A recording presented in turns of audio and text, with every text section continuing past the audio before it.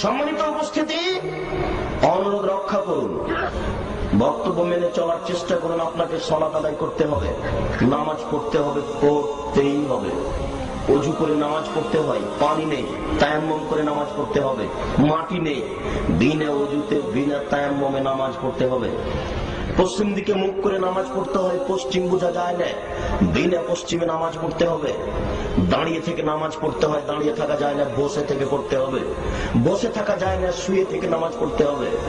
পরিষ্কার কাপড় পরে নামাজ পড়তে হয়, পরিষ্কার কাপড় নেই, যেই প্যান্টে যেই লুঙ্গিতে পেশাব লেগে আছে, পায়খানা লেগে আছে, এই কাপড় পরেই নামাজ পড়তে হবে।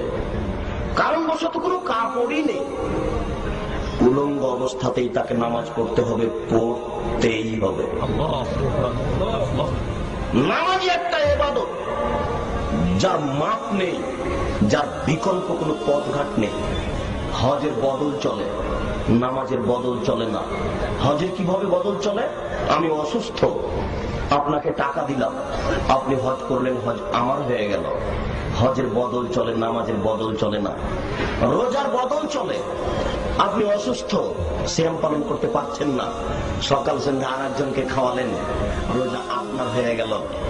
রোজার বদল চলে, নামাজের বদল চলে না।